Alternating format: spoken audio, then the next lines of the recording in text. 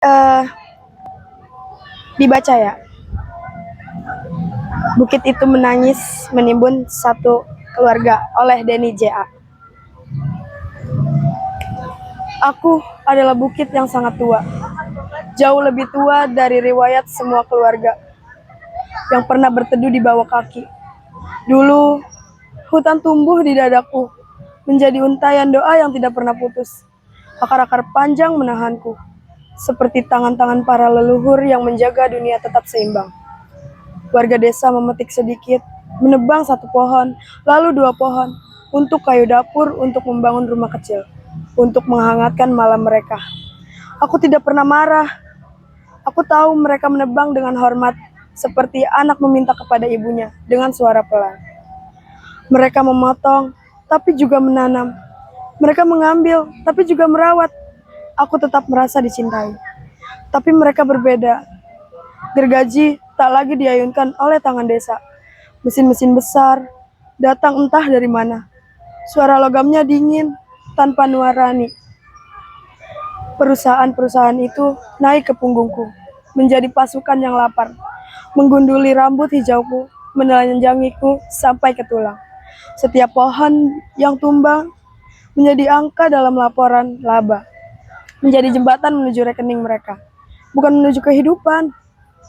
Akar-akar penjagaku dicabut bukan oleh orang yang merawatku, melainkan oleh mereka yang bahkan tak tahu nama desaku. Para pekerja berseragam mengiris tubuhku seperti mengiris kue ulang tahun. Namun tak ada doa, tak ada permisi, tak ada terima kasih. Mereka datang untuk menumpuk uang, bukan untuk menumbuhkan hutan. Dan ketika setengah tubuhku botak dan kerontang, mereka pergi, meninggalkan aku sendiri, berdiri sendirian, di hadapan badai yang semakin ganas. Pada malam itu, hujan turun dengan deras yang mengguncang langit. Ia mengetuk luka-luka lamaku yang tak sempat sembuh. Tanahku bergerak pelan. Aku sudah ringkih, seperti orang tua yang tak lagi pasti mana kaki yang masih kuat untuk berdiri. Aku mencari akar-akar yang dulu memelukku. Tak ada. Aku mencari pohon-pohon yang dulu menahan bahuku. Tak ada. Aku mencari suara burung yang dulu mengingatku pada kehidupan. Tak ada. Yang tersisa hanya ruang kosong, luka industri, dan baunya membuat bumi sendiri gamang. Tubuhku pun menyerah, patah, runtuh, pecah. Bukan karena aku ingin, tapi karena aku tak sanggup. Di bawah tubuhku, sebuah mobil putih kecil berhenti hanya untuk istirahat. Di dalamnya ada keluarga sedang menutup hari panjang dengan tawa kecil yang lembut. Gadis itu sempat memungut daun berbentuk hati dari pohon terakhir yang masih tersisa. Aku melihatnya, aku merasakan kehangatan kecil itu, seperti kenangan yang hampir punah. Aku ingin melindungi mereka, seperti aku melindungi desa-desa kecil yang tumbuh bersama akar-akar hatiku. Tapi ketika tubuhku mulai bergeser, aku tak lagi punya penyangga. Tanah kehilangan kesabarannya, gravitasi menarik air mataku dalam satu hentakan yang membuat langit tercekat. Aku menutup mereka dengan rasa bersalah yang tak terucapkan. 6 nama kembali ke sunyi. Dan aku, bukit tua yang dahulu ramah, menjadi kuburan tanpa sengaja. Ketika aku runtuh, kampung-kampung kecil ikut hancur. Sungai meluap, membawa amarah yang lama disembunyikan. Jembatan patah karena janji yang tak pernah ditepati. Rumah-rumah terbalik, menjadi hidup yang dikocok oleh tangan raksasa. Orang berkata, hujan terlalu deras, tanah tak kuat, ini musibah. Tidak, itu bukan musibah, itu cermin raksasa.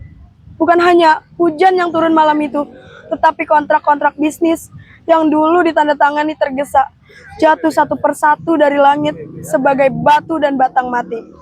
Di balik setiap meter tanah yang melorot, ada tanda tangan yang menjelma longsor. Ada stempel yang berubah menjadi arus banjir, menelan nama-nama di kartu keluarga. Kini aku terbaring, separuh hilang, separuh menjadi kubur.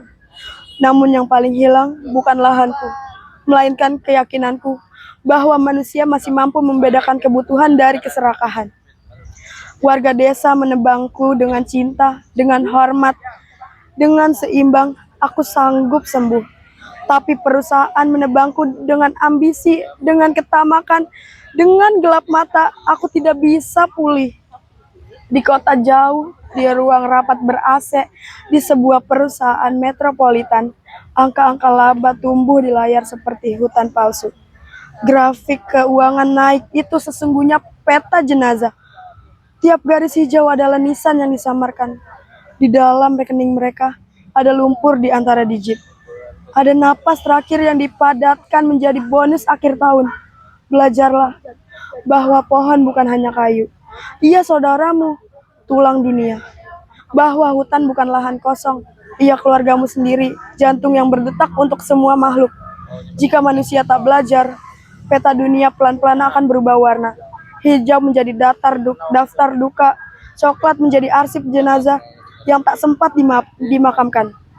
Di langit, awan akan menyalin diri menjadi fotokopi surat protes yang tak pernah kalian baca, turun sebagai hujan yang menghapus alamat rumah dari setiap kartu keluarga. Dan bumi yang selama ini diam akan semakin marah karena ia ibu kandung yang kalian hianati. Paris 6 Desember 2025. Terima kasih.